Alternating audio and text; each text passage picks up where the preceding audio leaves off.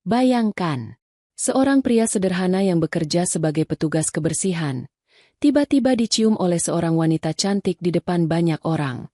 Semua mata terbelalak, bisikan malu dan ejekan menyayat udara, sementara pria itu berdiri kaku, tak tahu apa yang sebenarnya terjadi. Namun di balik ciuman tak terduga itu, tersembunyi rahasia besar yang menguji hati antara uang, harga diri, dan ketulusan sejati. Apa yang sebenarnya terjadi? Simak videonya sampai akhir. Namun, sebelum kita mulai ceritanya, tulis di kolom komentar, dari kota mana kalian menonton video ini? Dan jangan lupa untuk terus dukung kami dengan cara like dan subscribe channel Hikmah Berawan, agar kami selalu semangat dalam berbagi cerita menarik lainnya. Bagi yang like dan subscribe ke channel ini, kami doakan semoga dimudahkan segala urusannya, dilapangkan rezekinya, disehatkan badannya, dan dikabulkan segala hajat dunia akhirat oleh Allah Subhanahu Ta'ala. Amin ya Rabbal Alamin. Mari kita mulai ceritanya. Pagi itu sinar matahari menembus kaca besar hotel mewah bernama Grand Amarilla. Di balik kemegahan chandelier dan lantai marmer yang mengilap, seorang pria sederhana bernama Yanto berjalan pelan sambil membawa ember dan pel lantai di tangannya. Seragam abu-abunya tampak rapi meski warnanya mulai pudar. Sepatunya usang, tapi langkahnya tegap dan penuh tanggung jawab. Setiap hari Yanto datang paling pagi. Ia selalu memastikan setiap sudut lobi hotel bersih sebelum tamu pertama datang. Tidak ada yang tahu, di balik senyum ramah dan sikap sopannya, ada kegelisahan yang ia sembunyikan. Ibunya di kampung sedang sakit parah, dan uang yang ia miliki tak cukup untuk membeli tiket pulang, apalagi biaya pengobatan. Maka setiap tetes keringat yang jatuh ke lantai, ia anggap sebagai doa untuk ibunya. Suatu siang, saat suasana lobi begitu tenang dan aroma bunga segar memenuhi udara, langkah kaki berderap masuk dari pintu utama. Seorang wanita cantik bergaun perak berkilau berjalan dengan anggun. Rambutnya pendek sebahu, riasannya halus namun berkelas, dan setiap gerakannya menarik perhatian semua orang di ruangan itu. Dialah Cantika, tamu hotel yang dikenal karena kecantikannya dan sikap tegasnya. Yanto menunduk sopan ketika wanita itu lewat di depannya. Ia melanjutkan pekerjaannya tanpa menoleh, hingga tiba-tiba suara langkah tinggi sepatu hak berhenti tepat di belakangnya. "Maaf." Suara lembut itu terdengar tergesa. Lalu dalam hitungan detik, sesuatu yang tak pernah ia bayangkan terjadi. Wanita itu mendekat begitu cepat, menatapnya dengan mata yang cemas, lalu tanpa aba-aba mencium pipinya di depan banyak tamu dan staf hotel. Dunia seperti berhenti sejenak. Ember di tangan Yanto hampir terjatuh. Para karyawan lain yang berdiri di sekitar lobi menatap dengan mata terbelalak. Sebagian menutup mulut, sebagian tak percaya dengan apa yang baru saja mereka lihat. "Maaf, tolong bantu aku," bisik wanita itu dengan napas terburu. Suaranya hampir tak terdengar. "Berpura-puralah jadi pacarku. Hanya sebentar saja." Yanto membeku. Wajahnya kaku. Jantungnya berdetak cepat tak karuan. Ia ingin bertanya tapi lidahnya keluh. Di hadapan semua orang, ia hanya berdiri kaku, sementara wanita itu masih menatapnya memohon. "Apa maksudnya, Bu?" bisik Yanto pelan. Suaranya bergetar. Tapi sebelum sempat bertanya lebih jauh, seorang pria berpakaian jas mahal melangkah masuk dari arah pintu. Tatapan tajamnya tertuju pada Cantika, lalu pada Yanto. Senyumnya sinis, seperti menemukan hiburan baru. "Oh, jadi ini pacar barumu?" ucap pria itu dingin. Nadanya mengandung ejekan. Cantika menggenggam lengan Yanto lebih erat. "Iya, benar. Ini pacarku," jawabnya tegas meski matanya menahan gugup. Pria itu tertawa kecil, penuh penghinaan. "Dari aku ke petugas kebersihan? Hebat juga seleramu, Cantika." Yanto menunduk, menahan rasa malu. Tapi di dalam hatinya muncul pertanyaan besar. Siapa sebenarnya wanita ini, dan mengapa ia melibatkan dirinya dalam kebohongan yang bahkan tidak ia pahami? Sementara semua mata masih tertuju pada mereka, Cantika menarik napas panjang dan berbisik lagi di telinga Yanto. "Kumohon, bantu aku. Aku akan bayar mahal setelah ini." Kata-kata itu membuat Yanto semakin bingung. Namun di benaknya, Terlintas wajah ibunya yang sedang sakit, dan tabungan kecil yang tak akan cukup untuk biaya pulang. Dalam kebingungannya, ia hanya mampu mengangguk pelan. Dan sejak detik itu, tanpa sadar, hidup Yanto mulai berubah. Sebuah sandiwara kecil yang bermula dari ciuman singkat, perlahan akan menyeretnya pada kisah yang tak pernah ia bayangkan. Setelah kejadian memalukan itu, suasana lobi hotel menjadi tegang. Para tamu berbisik-bisik, sementara beberapa karyawan menatap Yanto dengan campuran heran dan kasihan. Cantika segera menarik tangan Yanto menjauh dari kerumunan, membawanya ke lorong belakang yang lebih sepi. Langkah mereka cepat dan gugup. Suara sepatu Cantika beradu dengan lantai marmer, sementara Yanto masih berusaha memahami apa yang baru saja terjadi. Begitu tiba di area servis hotel yang sunyi, Cantika berhenti, menatap Yanto dengan wajah penuh rasa bersalah. "Maaf, aku benar-benar minta maaf," ucapnya pelan. Suaranya serak menahan napas. "Tadi aku tidak punya pilihan lain. Mantanku datang tiba-tiba, dan aku tidak mau dia berpikir aku masih peduli padanya." Yanto menatap wanita itu, masih bingung. "Tapi kenapa harus saya, Bu? Saya cuma petugas kebersihan." Cantika mengusap wajahnya, terlihat lelah dan panik.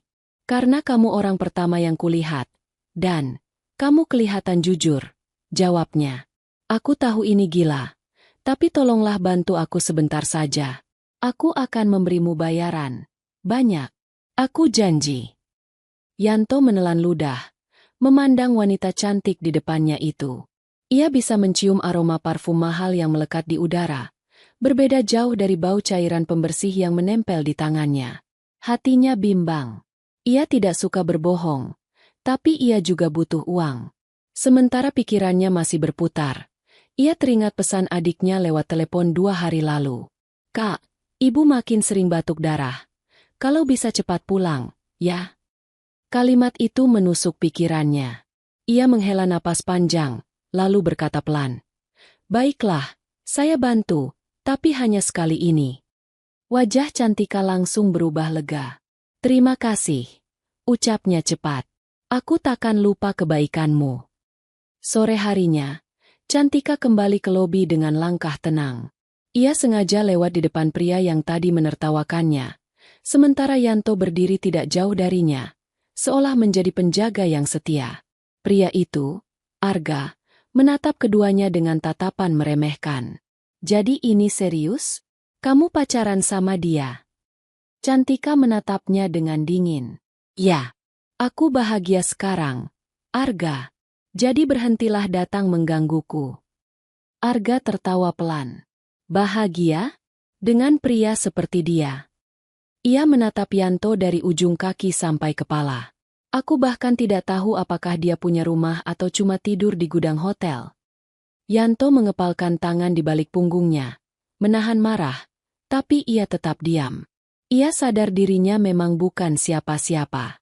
Cantika menarik napas, lalu menjawab dengan mantap.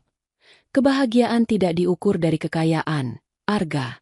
Kadang, orang sederhana justru punya hati yang lebih tulus dari orang kaya yang sombong." Kata-kata itu menusuk ego Arga. Ia tersenyum dingin dan berkata, "Kalau begitu, buktikan saja. Kalau kalian benar-benar pasangan, kirim undangan pertunangan kalian padaku." Ucapan itu membuat suasana beku. Cantika menatap Yanto, lalu Arga pergi meninggalkan mereka dengan langkah sombong. Setelah pria itu hilang dari pandangan, Cantika memegangi keningnya. Astaga, apa yang baru saja dia katakan? Yanto menatapnya khawatir. "Bu, kalau hanya untuk sandiwara, sebaiknya cukup sampai sini. Saya tidak bisa berpura-pura sejauh itu." Cantika menatapnya. Suaranya melemah. "Aku mengerti. Aku juga tidak mau membuatmu tidak nyaman." Ia berhenti sejenak, lalu membuka tas kecilnya, mengeluarkan beberapa lembar uang, dan menyodorkannya. "Ini untuk jasamu tadi. Aku tahu nilainya mungkin tidak seberapa, tapi aku sungguh berterima kasih." Yanto menatap uang itu lama. Ia ragu untuk menerimanya, tapi akhirnya mengambilnya dengan tangan bergetar. "Terima kasih, Bu. Saya akan gunakan untuk hal penting. Cantika tersenyum kecil. Matanya menatap tulus. Namaku Cantika. Bukan, Bu. Dan kamu? Yanto. Jawabnya singkat. Baik. Yanto. Aku harap suatu hari kamu tidak menyesal sudah membantuku. Yanto menunduk sopan lalu pergi meninggalkannya. Namun langkahnya terasa berat. Seolah ada sesuatu yang tertinggal di belakang. Entah rasa penasaran, atau perasaan aneh yang muncul sejak ciuman singkat di lobi tadi. Malam itu, di kamar kosnya yang sempit, Yanto duduk di tepi ranjang sambil memandangi uang di tangannya. Ia seharusnya senang, tapi pikirannya justru dipenuhi bayangan wajah Cantika yang tadi menatapnya dengan mata berkaca-kaca. Sementara di kamar hotel mewah lantai 8, Cantika duduk di tepi tempat tidur, menatap langit malam lewat jendela besar. Di kepalanya terngiang wajah Yanto yang sederhana tapi menenangkan. Berbeda jauh dari semua pria kaya yang pernah mendekatinya. Keduanya sama-sama tidak tahu. Kejadian hari itu hanyalah awal dari kisah panjang yang akan mengubah hidup mereka selamanya. Pagi berikutnya, Yanto kembali bekerja seperti biasa. Ia berusaha bersikap seolah tidak terjadi apapun. Tapi di setiap langkahnya, tatapan aneh dari rekan kerja membuatnya tak tenang. Beberapa staf pria berbisik-bisik di pojokan, sementara staf wanita menatapnya dengan senyum geli. Itu yang kemarin dicium tamu cantik, kan? Bisik seseorang pelan. Wah, mungkin dia punya pesona tersembunyi. Jawab yang lain sambil tertawa kecil. Yanto pura-pura tak mendengar. Ia hanya ingin hari itu berlalu cepat. Namun di dalam hatinya, ia tidak bisa menyangkal. Ada perasaan aneh setiap kali ia mengingat wajah Cantika. Wajah yang awalnya hanya penuh kepanikan kini berubah menjadi bayangan lembut di pikirannya. Siang hari, saat sedang menyapu dekat pintu utama, sebuah mobil sedan hitam berhenti di depan hotel. Dari dalamnya, turun seseorang yang membuat langkah Yanto terhenti seketika. Cantika. Wanita itu berjalan dengan kacamata hitam dan pakaian elegan, seolah sedang terburu-buru. Ia langsung menuju resepsionis, lalu menoleh sebentar ke arah Yanto yang berdiri di sisi pintu. Tatapan mata mereka bertemu sepersekian detik. Tidak ada kata, hanya tatapan yang membuat dada Yanto sesak tanpa alasan. Tak lama, Cantika menghampirinya. Yanto, bisa kita bicara sebentar? Yanto menunduk sopan. Baik, Bu. Maksud saya, Nona Cantika. Cantika tersenyum tipis. Ikut aku ke taman belakang, tempat yang sepi. Mereka berjalan menuju taman kecil di sisi hotel yang jarang dilewati tamu. Angin lembut menggerakkan daun pohon Kamboja, sementara suara air mancur kecil mengalun tenang. Cantika menatap Yanto dengan mata penuh kebimbangan. Aku tahu ini mungkin terdengar gila lagi, katanya perlahan. Tapi aku benar-benar butuh bantuannya sekali lagi. Yanto terdiam. Hatinya mulai berdebar. Tentang apa, Nona? Cantika menarik napas dalam, lalu berkata lirih. Arganya kembali. Dia datang ke acara hotel sore ini. Dan dia bilang akan menunggu undangan pertunangan kita. Kalau aku tidak melakukan sesuatu, dia akan terus datang dan mengusik hidupku. Yanto menggeleng pelan. Saya tidak bisa, Nona. Kemarin saya bantu karena keadaan mendesak. Tapi kalau sampai berpura-pura bertunangan, itu sudah terlalu jauh. Cantika menunduk. Wajahnya tampak kecewa. Aku mengerti, Yanto. Aku cuma berharap. Kamu mau menolongku sekali ini saja. Aku akan bayar berapapun yang kamu minta.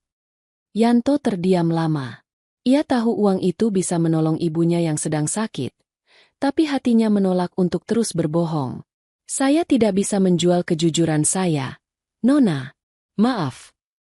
Cantika memejamkan mata, menahan emosi. Kamu berbeda, gumamnya pelan.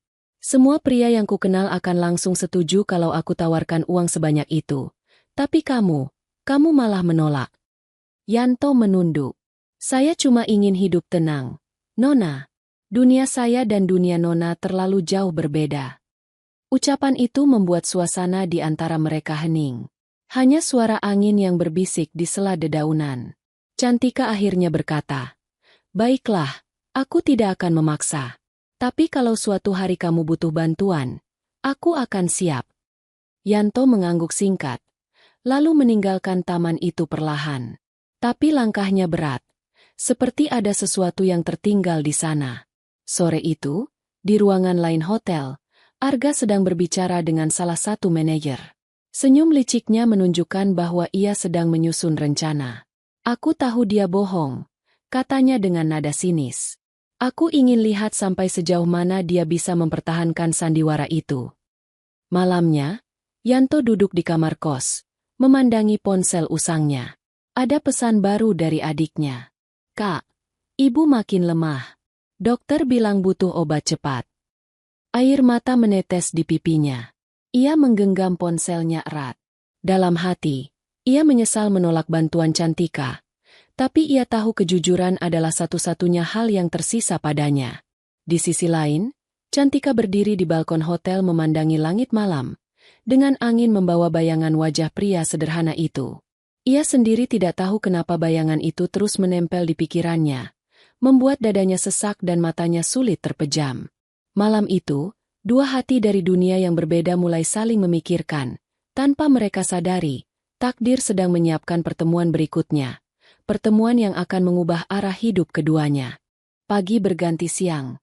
Hari-hari di hotel kembali berjalan normal.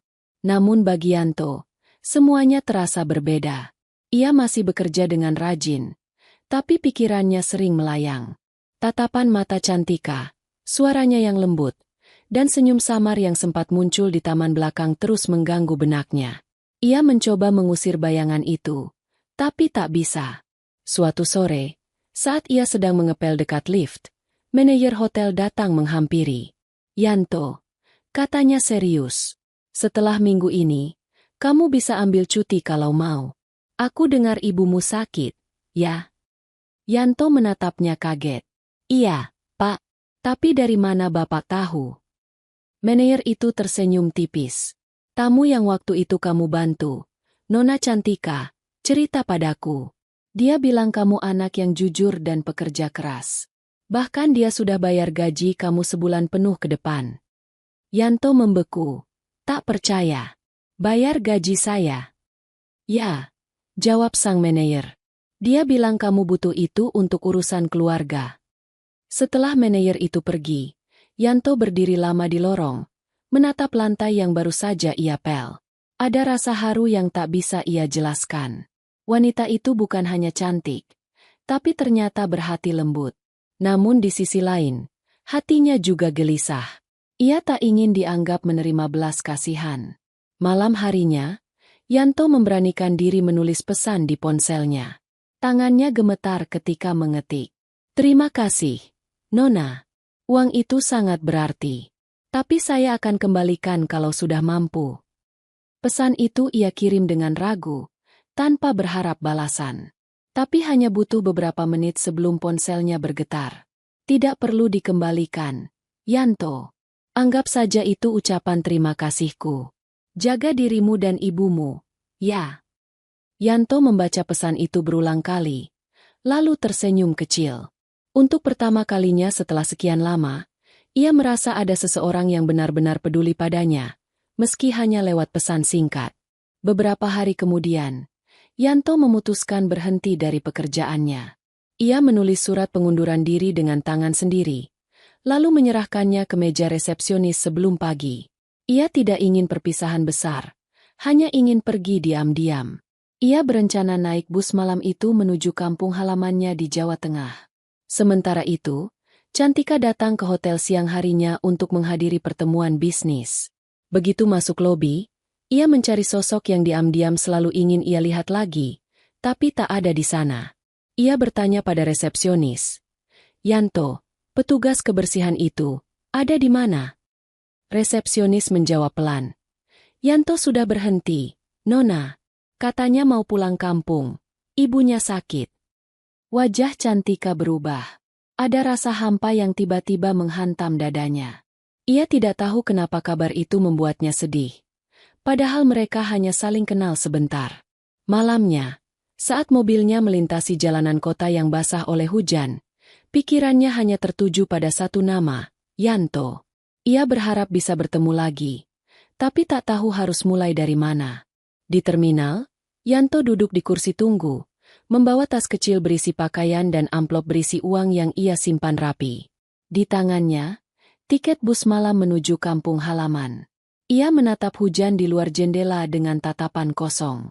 Ia tahu, hidupnya akan kembali sederhana seperti dulu.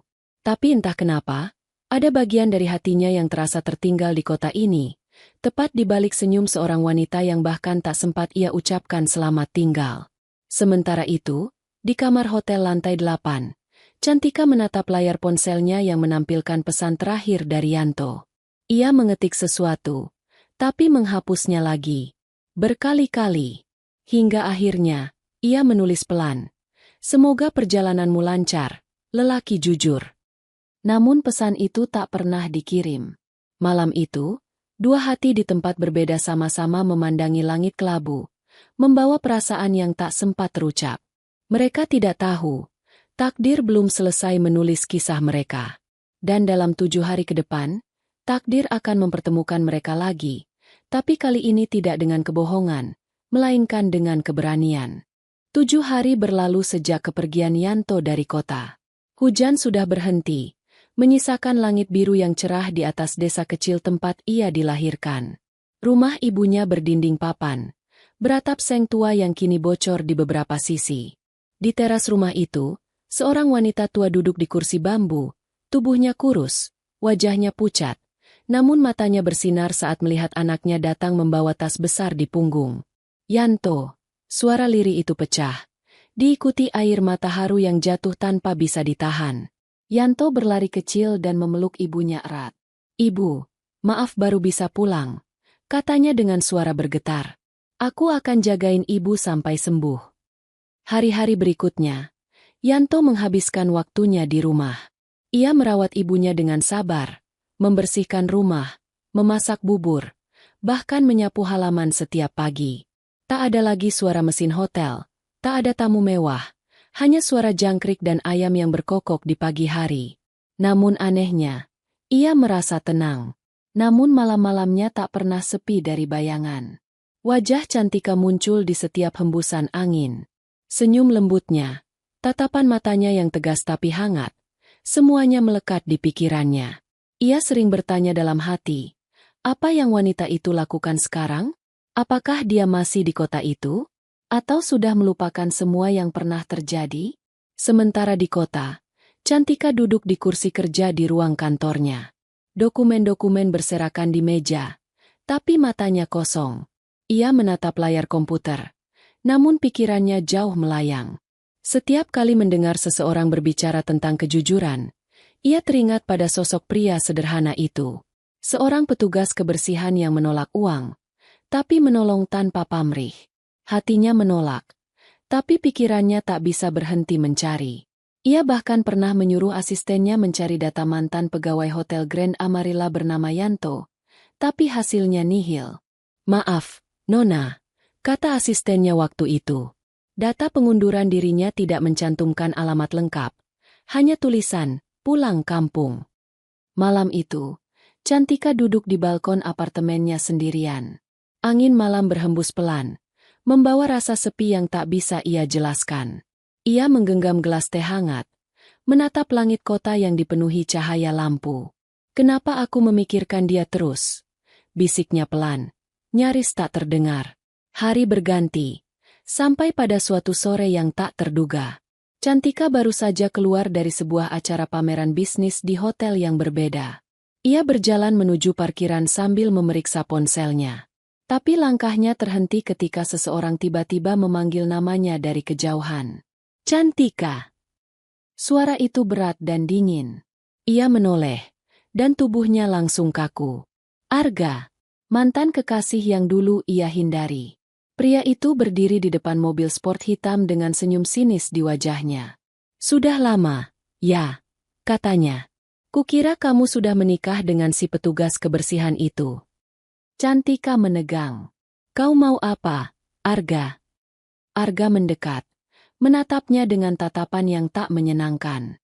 "Aku cuma ingin bicara. Aku belum selesai denganmu." Aku sudah selesai, jawab Cantika dingin. Ia berbalik, tapi Arga menahan lengannya. Jangan keras kepala, Cantika. Kau tahu aku selalu bisa mendapatkan yang kuinginkan. Cantika berusaha melepaskan diri, tapi genggamannya terlalu kuat. Beberapa orang lewat, namun berpura-pura tidak melihat. Hatinya panik. Ia menoleh ke kanan dan kiri mencari pertolongan, tapi tak ada siapapun yang ia kenal. Hingga tiba-tiba sebuah suara tegas terdengar dari belakang. Tolong lepaskan tangannya. Arga menoleh, dan Cantika terdiam. Di depan mereka berdiri sosok yang tak pernah ia sangka akan ia temui lagi, Yanto. Bajunya sederhana, wajahnya sedikit gelap karena panas jalanan, tapi tatapan matanya masih sama, teduh dan berani. Yanto? Suara Cantika bergetar, setengah tak percaya. Yanto melangkah mendekat. Saya bilang lepaskan tangannya, ucapnya pelan tapi tegas. Arga menatapnya dengan senyum mengejek. Kau lagi? Kenapa selalu muncul di waktu yang salah? Terserah kau mau bilang apa, jawab Yanto. Tapi jangan sakiti dia. Tanpa menunggu lagi, Arga melepaskan genggamannya. Ia tertawa pelan lalu pergi dengan nada sinis. Kau pikir dia akan pilih kamu? Hah? Lihat diri kamu, Yanto. Kau cuma orang rendahan. Arga masuk ke mobil dan melaju pergi. Cantika berdiri terpaku. Matanya basah. Yanto menatapnya, menahan emosi dan rasa haru yang bercampur. Kamu tidak apa-apa? Tanyanya pelan. Cantika menggeleng, tapi air matanya jatuh juga. Kenapa kamu selalu muncul setiap kali aku butuh pertolongan? Yanto tersenyum samar. Mungkin karena itu takdir, Nona. Malam itu, di bawah cahaya lampu jalan yang redup, dua orang dari dunia berbeda kembali dipertemukan. Tapi kali ini bukan karena sandiwara, melainkan karena kejujuran hati yang mulai bicara. Hujan baru saja reda ketika Cantika dan Yanto berdiri di tepi jalan, masih terdiam setelah kejadian tadi. Lampu kendaraan yang lewat memantul di genangan air, membuat bayangan mereka tampak bergetar di aspal. Cantika masih menunduk, kedua tangannya menggenggam erat tas di dada. Sementara Yanto berdiri setengah langkah di sampingnya, berusaha tenang meski hatinya ikut berdebar. Terima kasih, Yanto. Ucap Cantika akhirnya. Suaranya pelan tapi penuh rasa. Kalau kamu tidak datang, aku tidak tahu apa yang akan dilakukan Arga padaku. Yanto menatapnya lembut. Saya cuma kebetulan lewat, Nona. Cantika mengangkat wajahnya, menatap mata pria itu. Kebetulan. Senyumnya getir. Atau kamu memang ditakdirkan untuk muncul setiap kali aku terjebak?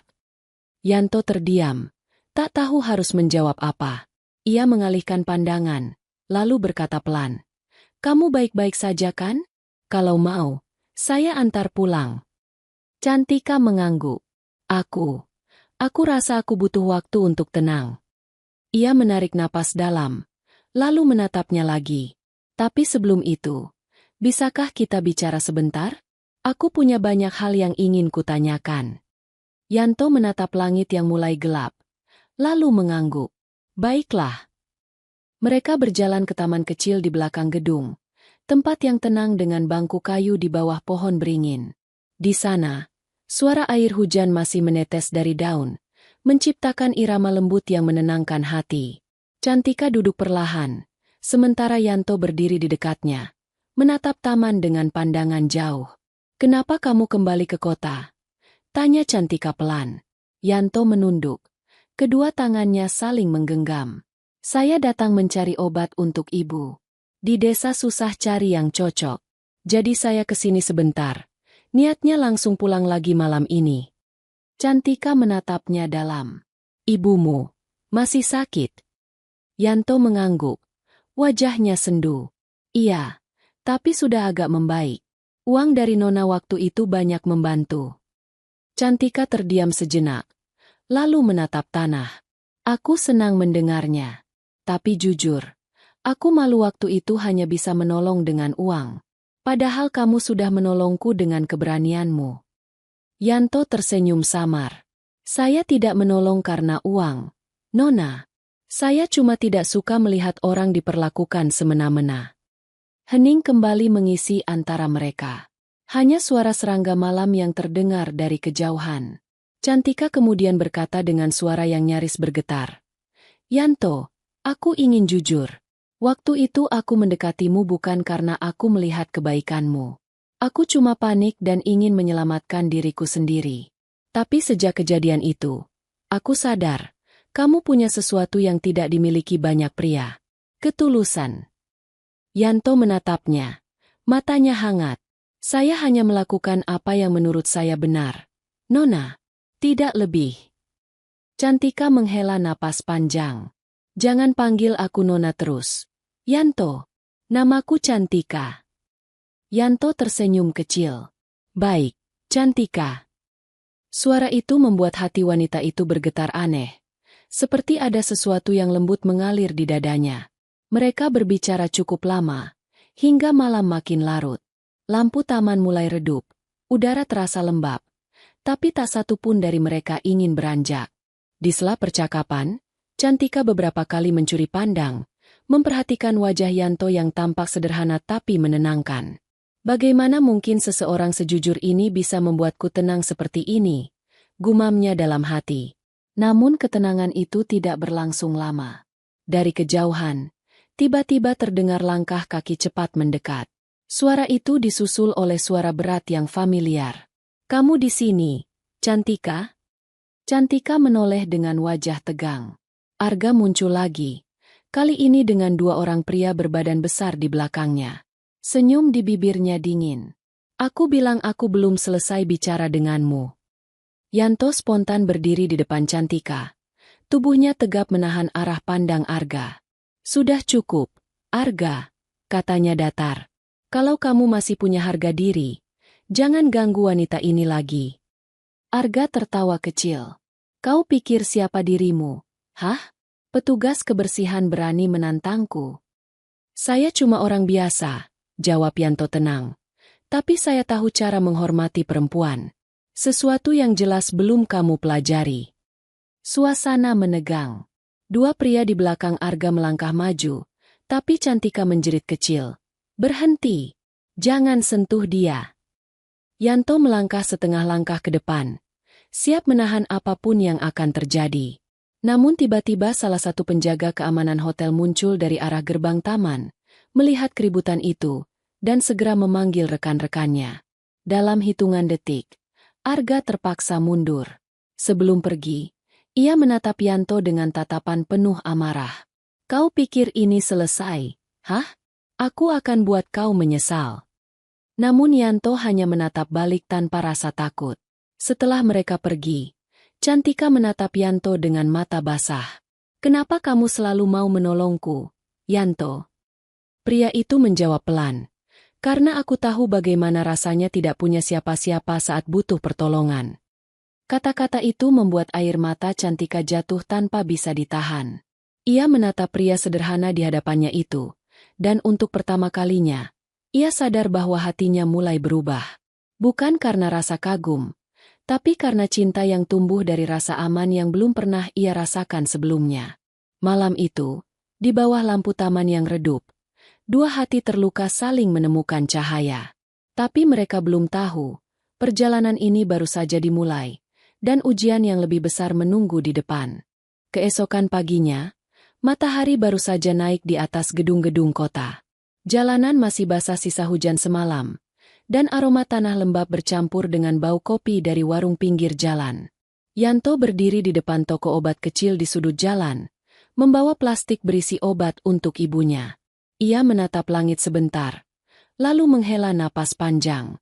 Di hatinya, ada rasa lega karena urusannya di kota sudah selesai, tapi juga ada sesuatu yang berat, seperti enggan melangkah pergi. Sementara itu, di apartemen tinggi di pusat kota, Cantika berdiri di depan jendela besar, menatap ke arah yang sama, langit pagi yang bersih dan tenang. Ia tak bisa berhenti memikirkan malam sebelumnya. Tatapan mata Yanto yang tulus, keberaniannya menghadapi Arga tanpa ragu, dan kata-katanya yang sederhana tapi penuh makna. Semua itu membuat hatinya terasa aneh, seolah ada ruang kosong yang kini mulai terisi. Ponselnya bergetar pelan. Sebuah pesan masuk dari Arga. Kalau kau pikir aku akan berhenti, kamu salah besar. Aku tidak suka ditolak. Cantika menatap layar itu lama, lalu menekan tombol hapus tanpa membalas. Ia sudah muak dengan ancaman. Tapi dalam hatinya, ada sedikit rasa takut. Ia tahu Arga bukan tipe pria yang mudah menyerah. Namun di sisi lain, ingatan tentang Yanto membuatnya tenang. Entah kenapa, setiap kali ia teringat pria itu, hatinya seperti menemukan tempat untuk bersembunyi dari ketakutan.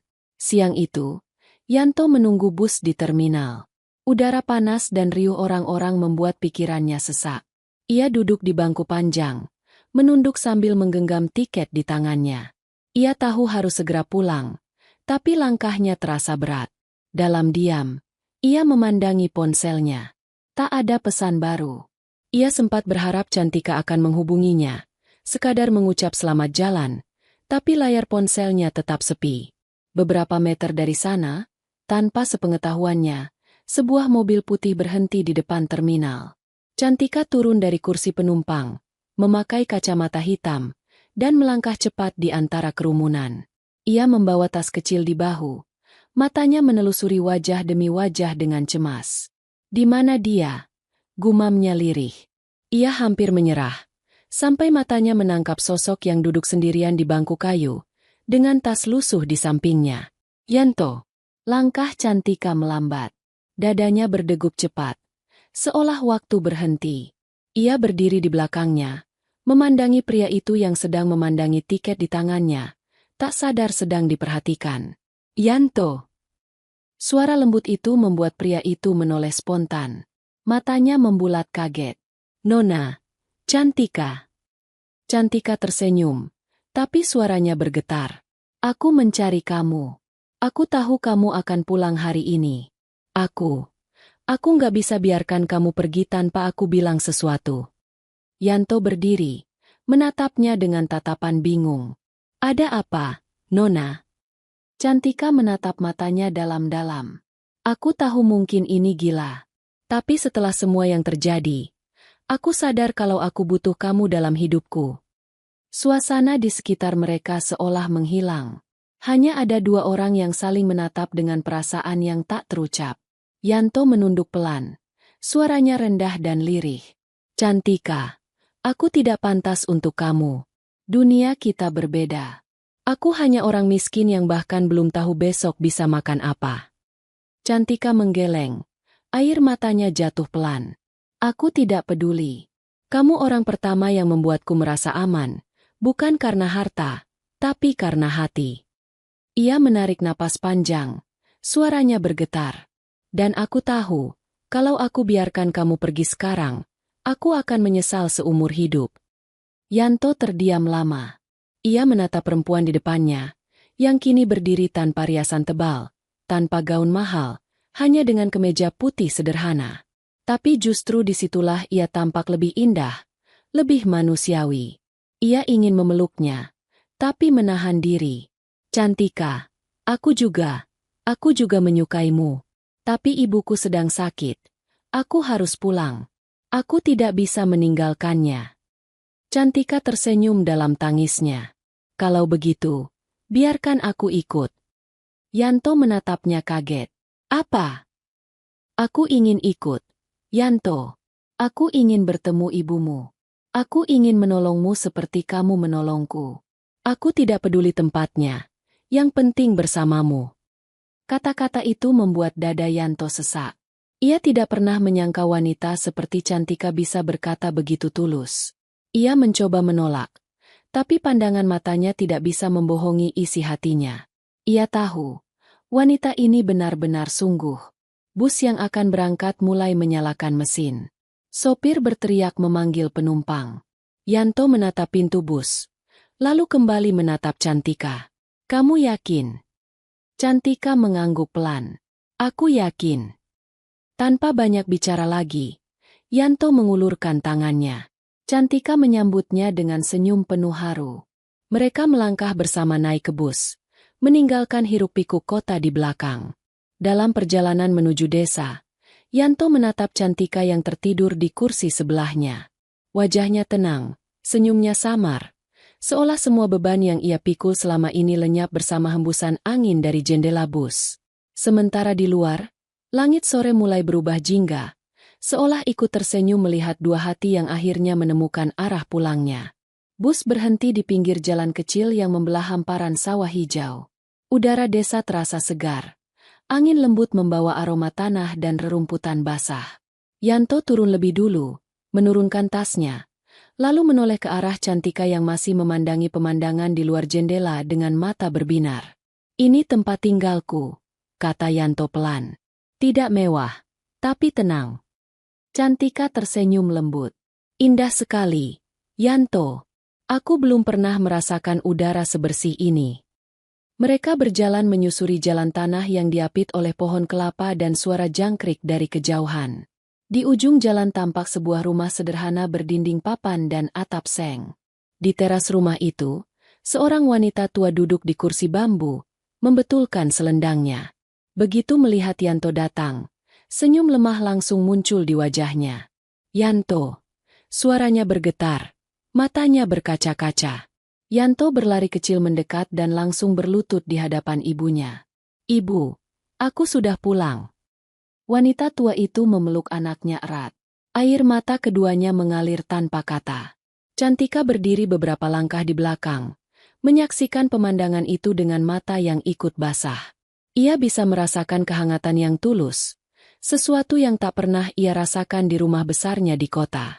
Setelah beberapa saat, Yanto menoleh ke belakang. "Bu, ini Cantika, orang baik yang sudah banyak membantu Yanto di kota." Cantika tersenyum sopan dan menunduk. "Selamat sore, Bu." Ibu Yanto menatapnya dengan tatapan lembut, lalu mengangguk. "Terima kasih sudah menolong anak ibu.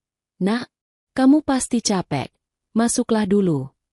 Mereka duduk di ruang tamu kecil yang hanya berisi bangku kayu dan meja sederhana. Dindingnya dihiasi kalender lama dan foto keluarga yang warnanya sudah pudar. Cantika menatap sekeliling, matanya lembut. Tidak ada rasa jijik sedikit pun. "Rumah ini hangat sekali," katanya tulus. Yanto tersenyum. "Mungkin karena di sini cuma ada hati yang sederhana." Sore itu berlalu dengan percakapan yang menenangkan. Cantika membantu Ibu Yanto menyiapkan teh dan menyalakan lampu minyak. Mereka berbincang lama, dan Ibu Yanto tampak cepat akrab dengannya. Beberapa kali beliau tertawa kecil, sesuatu yang jarang terjadi sejak lama. Menjelang malam, ketika udara mulai dingin, Cantika duduk di depan rumah menatap bintang-bintang di langit. Yanto datang membawa selimut tipis, lalu duduk di sampingnya. Suasana hening, hanya suara katak dan angin malam yang terdengar. "Cantika, kamu tidak menyesal ikut ke sini?" tanya Yanto pelan. Wanita itu menoleh, senyumnya tenang. "Tidak sedikit pun. Aku justru merasa lebih damai di sini. Tidak ada kebisingan, tidak ada orang yang berpura-pura." Yanto menatapnya sejenak, lalu menunduk. "Aku takut kamu tidak betah. Hidup di sini tidak mudah. Tidak ada listrik yang kuat, air kadang harus diambil dari sumur, dan kadang aku tidak punya apa-apa." Cantika menggeleng lembut. "Yanto, aku tidak datang untuk mencari kenyamanan. Aku datang karena aku ingin ada di sisi orang yang jujur. Aku sudah lelah hidup di antara orang yang hanya melihat nilai dari uang." Kata-kata itu membuat dada Yanto terasa hangat. Ia menatap wajah Cantika yang diterangi cahaya lampu minyak. Terlihat begitu lembut dan tulus. "Kalau begitu, terima kasih sudah datang," ucapnya pelan. Cantika tersenyum. "Terima kasih karena kamu tidak berubah." Beberapa hari kemudian, Cantika mulai terbiasa dengan kehidupan desa. Ia membantu Ibu Yanto menjemur pakaian, memasak sayur di dapur kayu, bahkan ikut menimba air dari sumur. Warga sekitar sempat heran melihat wanita berpenampilan anggun itu ikut bekerja seperti orang kampung, tapi Cantika tidak peduli. "Biar mereka bicara," katanya pada Yanto sambil tersenyum. "Aku tahu siapa diriku, dan aku tahu kenapa aku di sini." Yanto hanya bisa menatapnya dengan rasa kagum. Dalam diam, Ia menyadari bahwa rasa yang dulu hanya ia simpan kini tumbuh semakin dalam. Ia mencintai wanita itu, bukan karena kecantikannya, tapi karena hatinya yang berani meninggalkan segalanya demi cinta yang tulus. Suatu malam, ketika hujan turun pelan dan angin membuat daun bambu bergoyang, Ibu Yanto memanggil anaknya ke kamar. "Yanto," katanya dengan suara lembut. "Ibu sudah lama sakit, tapi malam ini ibu merasa lebih ringan. Ibu bahagia melihat kamu punya seseorang yang peduli." Yanto memegang tangan ibunya yang dingin. "Ibu jangan bicara begitu. Ibu akan sembuh." Cantika juga membantu cari obat untuk ibu. Ibu tersenyum lemah. "Kalau suatu hari kamu yakin dengan perasaanmu pada gadis itu, jangan takut. Kadang cinta datang dari arah yang tidak disangka, tapi kalau hatinya tulus, itu pasti hadiah dari Tuhan." Kata-kata itu membuat mata Yanto panas. Ia menunduk, memegang tangan ibunya lebih erat. Sementara di luar kamar, Cantika berdiri di depan jendela, mendengar percakapan itu tanpa sengaja. Air matanya mengalir diam-diam. Ia menatap langit desa yang kelam, namun di hatinya, ada cahaya lembut yang tumbuh, cahaya yang sama yang ia lihat di mata Yanto. Malam itu, semuanya terasa begitu tenang. Dan di tengah suara hujan yang turun lembut, dua hati yang dulu hanya bertemu karena kebohongan kini mulai menyatu karena kebenaran yang sederhana, cinta yang lahir dari ketulusan. Pagi datang dengan sinar lembut yang menembus celah dinding bambu. Udara dingin masih terasa menusuk, tapi di dapur kecil rumah itu, aroma kayu bakar dan air rebusan jahe membuat suasana hangat. Cantika berdiri di depan tungku, tangannya sedikit kotor oleh abu. Wajahnya berkeringat namun tersenyum puas. Ia baru saja belajar menyalakan api sendiri untuk membuat sarapan. Yanto berdiri di pintu, memperhatikan dari jauh. Ia tidak menyangka wanita seperti Cantika bisa beradaptasi secepat itu. Dulu ia melihatnya sebagai tamu hotel yang hidup di dunia yang tak mungkin ia sentuh. Tapi kini wanita itu berdiri di rumahnya, dengan senyum tulus dan tangan yang tidak ragu bekerja. Kalau orang kota bisa masak di dapur kayu begini, dunia memang bisa berubah, ucap Yanto sambil tersenyum kecil. Cantika menoleh, tertawa pelan. "Jangan remehkan orang kota, Yanto. Asal punya niat, semua bisa dilakukan." "Tapi ini luar biasa," kata Yanto. "Kamu bahkan tidak takut tanganmu kotor." Cantika menatap tangannya yang berjelaga, lalu berkata lembut, "Aku sudah terlalu lama hidup dengan tangan bersih tapi hati kotor. Di sini aku belajar kebalikannya." Ucapan itu membuat Yanto terdiam. Di balik kata-kata sederhana itu, ada luka lama yang terasa. Ia tahu, Cantika menyimpan masa lalu yang belum selesai. Setelah sarapan, mereka duduk di teras rumah. Angin berhembus pelan, membawa aroma padi yang mulai menguning di sawah belakang. "Ibu masih tidur?" tanya Cantika. "Iya," jawab Yanto. "Beliau tidur lebih nyenyak sekarang. Sudah tidak sesak seperti dulu." Cantika tersenyum. "Aku senang mendengarnya." Yanto menatapnya pelan. "Cantika, boleh aku tanya sesuatu?" "Tentu." "Kenapa kamu dulu bisa sampai segitu takutnya pada Arga?" Cantika terdiam. Ia menunduk, mengusap rambutnya perlahan. "Karena dulu aku mencintainya," jawabnya lirih. "Aku mencintai dia dengan buta.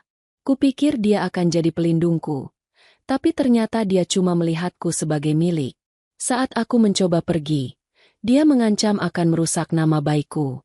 Makanya waktu aku melihatnya di hotel itu, aku panik. Aku cuma ingin dia berhenti." Yanto terdiam. Ia tidak tahu harus berkata apa. Ia hanya menatap wajah wanita itu yang kini tampak rapuh, berbeda dari sosok kuat yang selalu ia lihat. "Aku minta maaf sudah membuatmu harus berpura-pura waktu itu," lanjut Cantika pelan. "Tapi kalau waktu bisa kuputar, aku tetap ingin bertemu kamu." Yanto tersenyum hangat. "Tidak apa-apa. Kalau bukan karena itu, mungkin kita tidak akan duduk di sini hari ini." Cantika menatapnya dan tersenyum, tapi matanya berkaca-kaca. "Yanto, kamu tahu, kamu orang pertama yang membuat aku merasa cukup jadi diriku sendiri." Angin pagi bertiup lembut di antara mereka. Tak ada yang berbicara lagi, tapi suasana terasa penuh makna. Hati mereka sama-sama diam, tapi saling mengerti. Menjelang siang, beberapa warga datang menjenguk Ibu Yanto. Mereka membawa buah tangan dan menyapa ramah. Cantika ikut membantu menyiapkan minuman, dan semua orang heran melihat wanita cantik itu melayani dengan sopan. Calon menantunya Bu Lastri, ya? Tanya salah satu tetangga dengan tawa kecil. Wajah Cantika memerah, sementara Yanto hampir tersedak air minumnya. Bukan, Bu, jawabnya gugup. Dia teman saya. Tetangga itu tertawa makin keras. Ah, teman katanya. Lihat saja caranya menatap kamu. Nak, itu bukan tatapan teman. Setelah para tamu pulang, Cantika masih tersenyum malu, sedangkan Yanto hanya menggaruk kepala tak karuan.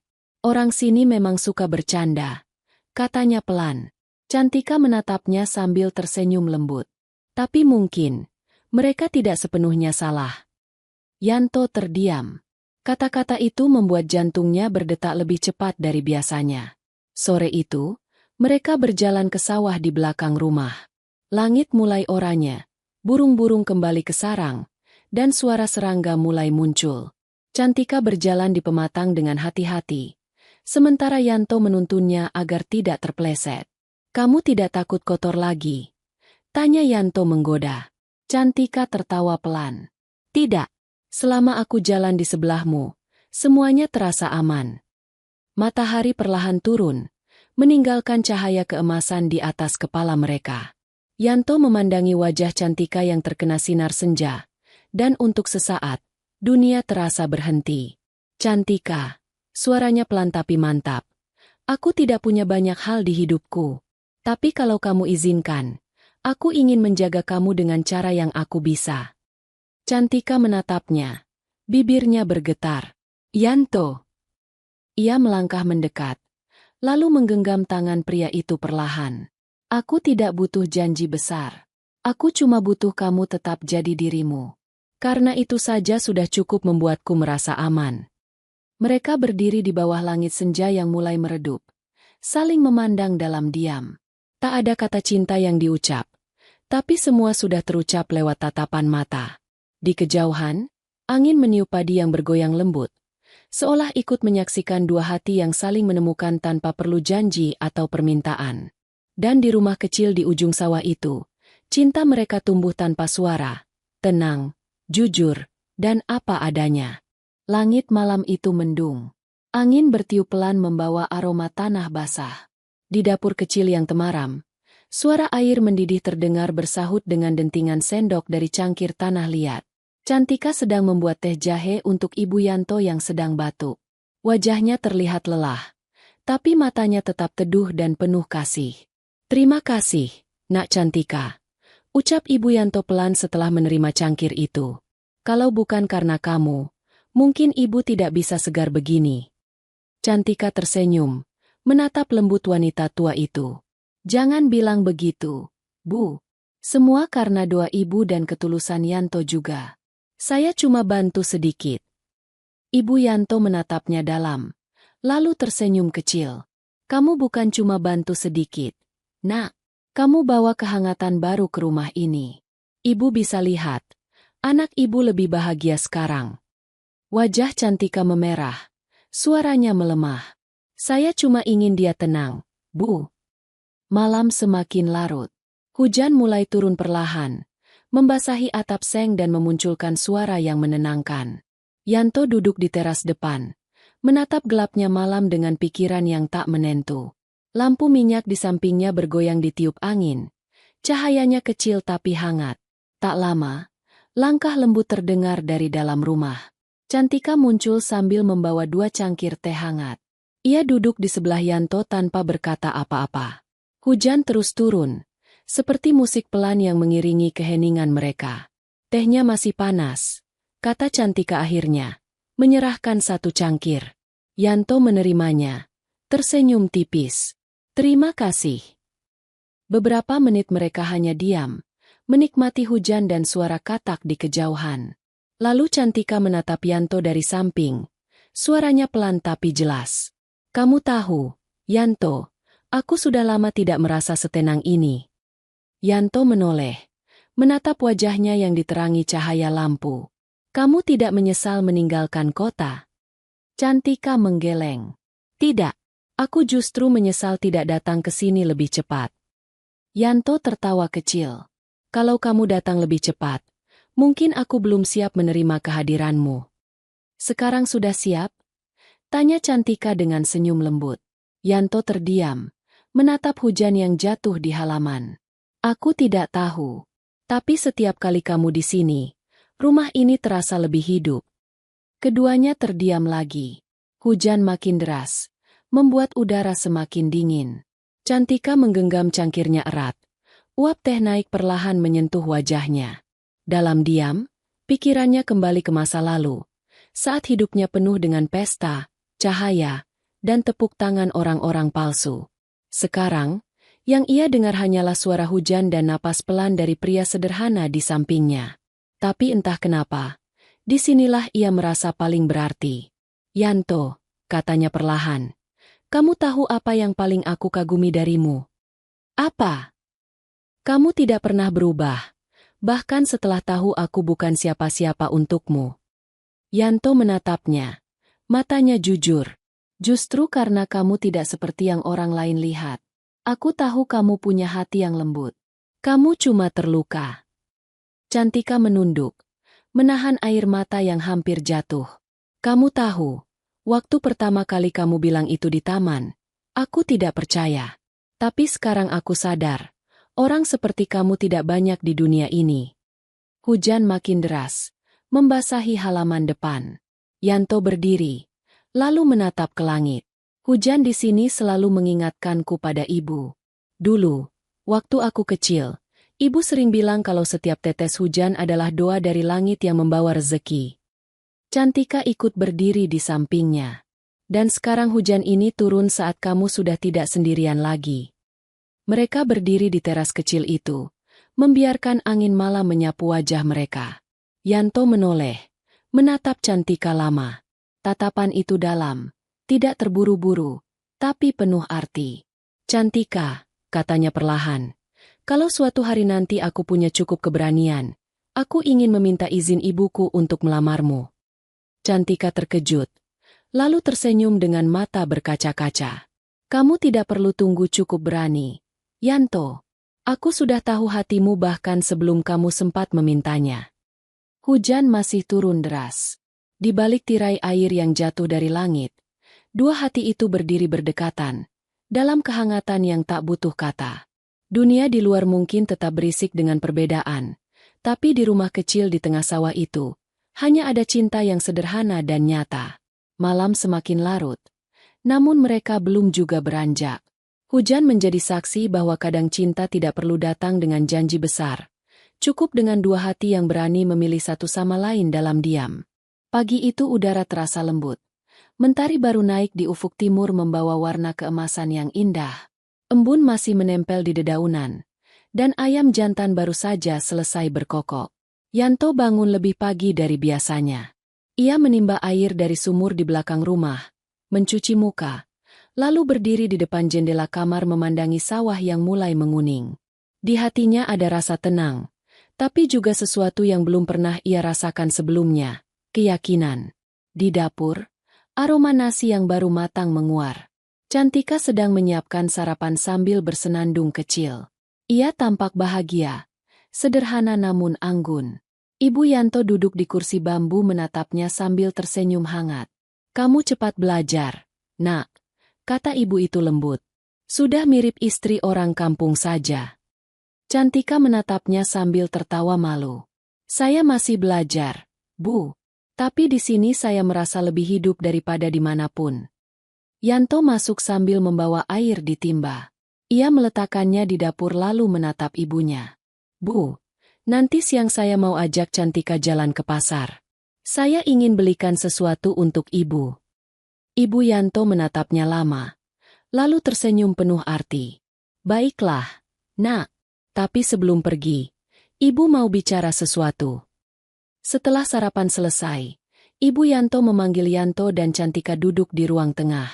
Cahaya pagi masuk lewat jendela, mengenai wajah mereka bertiga. Ibu itu menatap mereka bergantian. Senyum lembutnya menyembunyikan sesuatu yang dalam. Ibu sudah lama hidup di dunia ini, katanya pelan. Dan selama itu, ibu belajar satu hal. Orang baik tidak datang dua kali. Kalau kamu menemukan seseorang yang membuatmu tenang, jangan tunggu sampai kehilangan. Cantika menunduk. Jantungnya berdebar. Yanto menatap ibunya penuh rasa ingin tahu. Ibu tahu kamu, Yanto, lanjutnya. Kamu anak yang jujur, tapi terlalu sering menahan perasaan. Ibu bisa lihat caramu menatap gadis ini, dan ibu juga bisa lihat caranya menatap kamu. Jangan ragu. Nak, kalau hatimu sudah mantap, minta restu sekarang. Ibu akan bahagia kalau bisa melihat kamu menikah sebelum ibu pergi. Suasana hening sejenak. Suara burung di luar jendela terdengar pelan, dan angin meniup tirai kain yang menggantung. Yanto menatap wajah ibunya, lalu memegang tangannya pelan. Bu, saya memang belum banyak punya apa-apa. Tapi kalau ibu merestui, saya ingin membahagiakan dia. Bukan karena kasihan, tapi karena saya sungguh mencintainya. Air mata menetes di pipi ibu Yanto. Ia mengangguk pelan. Itu yang ibu tunggu. Nak, ibu tahu, gadis ini bukan wanita biasa. Dia datang bukan karena harta, tapi karena hati. Cantika menutup mulutnya, menahan haru. Ia memegang tangan ibu Yanto dan berkata pelan. Saya berjanji, Bu, saya akan jagain Yanto seperti ibu menjaganya selama ini. Saya tidak datang untuk mengubah hidupnya. Saya datang untuk jadi bagian darinya. Ibu Yanto tersenyum, menggenggam tangan keduanya. Kalau begitu, ibu restui. Kalian berdua saling melengkapi, seperti siang dan malam. Semoga Allah jaga kalian. Tangis kecil pecah tanpa bisa ditahan. Di ruangan sederhana itu, doa restu seorang ibu mengalir lembut, menjadi berkah yang menenangkan hati. Setelah beberapa saat, Ibu Yanto berdiri perlahan. Sekarang pergilah ke pasar. Belikan bunga melati. Ibu ingin rumah ini wangi untuk menyambut awal yang baru. Pasar desa ramai oleh suara penjual dan aroma makanan tradisional. Cantika berjalan di samping Yanto, membawa keranjang anyaman bambu. Warga yang lewat tersenyum ramah. Sebagian berbisik pelan melihat mereka berdua. Itu yang dari kota, ya? Kata seorang ibu penjual sayur. Cantik dan sopan, cocok sama Yanto. Jawab yang lain. Cantika hanya tersenyum, tak memperdulikan bisikan itu. Ia menikmati setiap langkah, setiap wajah yang ia temui. Sesekali Yanto menatapnya, melihat bagaimana wanita itu tidak canggung sedikitpun meski berada di tengah keramaian desa. Kamu tidak malu jalan di sini? Tanya Yanto pelan. Cantika menggeleng sambil tersenyum. Kenapa harus malu? Aku merasa lebih diterima di sini daripada di pesta-pesta besar di kota. Mereka membeli bunga melati, beberapa sayur, dan 2 potong kain batik. Saat hendak pulang, tiba-tiba langit berubah mendung. Hujan turun perlahan, membuat pasar ramai jadi berlarian. Yanto menarik tangan Cantika menuju warung kecil di pinggir jalan untuk berteduh. Air hujan membasahi tanah, menimbulkan aroma segar yang akrab. Di bawah atap bambu itu, mereka berdiri berdekatan, menatap hujan yang turun deras. Lucu ya, kata Cantika pelan. Hujan selalu datang di saat-saat penting. Yanto tersenyum. Mungkin langit sedang ikut bahagia. Mereka saling menatap. Mata mereka berbicara lebih banyak dari kata. Cantika menggenggam tangan Yanto perlahan. Aku tidak pernah yakin pada cinta sebelumnya. Tapi bersamamu aku merasa cukup. Aku tidak butuh bukti besar. Yanto, aku hanya ingin bersamamu selama aku mampu. Yanto menatapnya dengan tatapan yang sama lembutnya. Kalau begitu, aku janji tidak akan melepas tanganmu, apapun yang terjadi. Hujan terus turun, tapi di bawah atap kecil pasar itu, 2 hati justru semakin dekat. Dan ketika hujan berhenti, matahari kembali muncul, sinarnya menembus sela awan dan jatuh di wajah mereka, seolah langit memberi restu yang sama seperti restu seorang ibu di rumah tadi pagi. Hari itu matahari bersinar lembut di atas desa. Udara pagi membawa aroma bunga melati dari halaman rumah Yanto yang kini telah berubah. Dinding bambu sudah dicat ulang, lantai disapu bersih, dan di depan rumah tergantung janur kuning sederhana. Tak ada kemewahan, tapi kehangatan terasa di setiap sudut. Burung-burung beterbangan di langit, seolah tahu bahwa hari itu adalah hari bahagia bagi dua hati yang dipertemukan oleh kejujuran. Ibu Yanto duduk di kursi bambu di teras, mengenakan kebaya hijau muda, wajahnya berseri-seri meski tubuhnya masih lemah. Di sampingnya duduk beberapa tetangga yang membantu menyiapkan hidangan sederhana. "Cantika sudah siap, Bu," kata salah satu wanita kampung sambil tersenyum. "Alhamdulillah," jawab Ibu Yanto pelan, matanya berbinar haru. Di dalam kamar, Cantika berdiri di depan cermin kecil. Gaun putih sederhana yang ia kenakan tampak indah tanpa hiasan berlebihan. Rambutnya disanggul rapi, dihiasi bunga melati segar yang harum. Ia menatap dirinya sendiri lama-lama, lalu menarik napas dalam. "Dulu aku berdiri di depan cermin dengan gaun mahal dan perhiasan berat," bisiknya pelan. "Tapi baru hari ini aku merasa benar-benar cantik." Pintu kamar diketuk pelan. "Cantika, boleh aku masuk?" Suara Yanto terdengar dari luar. Cantika tersenyum. "Tunggu di teras, Yanto. Aku akan keluar sebentar lagi." Beberapa menit kemudian, ia melangkah keluar dengan langkah pelan. Semua mata tertuju padanya. Senyum dan tepuk tangan kecil terdengar dari tetangga sekitar. Ibu Yanto menghapus air mata yang menetes di pipinya. "Cantik sekali, Nak. Kamu benar-benar seperti bunga melati itu. Sederhana tapi wangi sampai ke hati."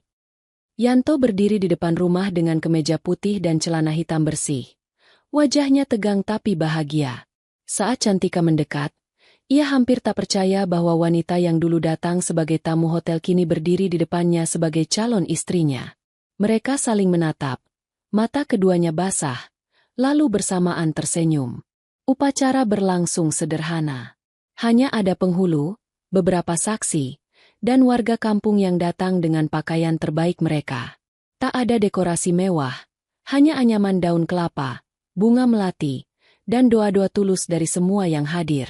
Saat penghulu mengucapkan ijab kabul, suara Yanto sedikit bergetar tapi tegas. "Saya terima nikahnya Cantika dengan mas kawin seperangkat alat salat dan seuntai melati dibayar tunai." Hening sesaat, lalu tepuk tangan kecil terdengar, diikuti senyum bahagia dari Ibu Yanto yang menatap mereka berdua dengan mata berkaca-kaca. Cantika menunduk, air matanya jatuh di pangkuan, tapi senyumnya tulus. Ia memegang tangan suaminya erat, dan dalam hati berbisik, "Inilah rumahku yang sebenarnya." Setelah acara selesai, mereka duduk di kursi kayu di bawah pohon mangga, menikmati nasi tumpeng yang dibuat warga. Anak-anak berlarian membawa balon, dan suara tawa memenuhi udara sore itu. "Yanto," kata Cantika pelan sambil menatap langit biru. "Dulu aku berpikir cinta itu harus sempurna, harus punya segalanya. Tapi ternyata cinta sejati itu cuma butuh dua hal, kejujuran dan keberanian." Yanto menatapnya, lalu menggenggam tangannya lembut. "Aku tidak punya harta, Cantika. Tapi aku janji, setiap hari aku akan berusaha membuatmu bahagia." Cantika tersenyum, menatap wajah suaminya yang penuh ketulusan. "Dan aku janji tidak akan pergi, apapun keadaannya."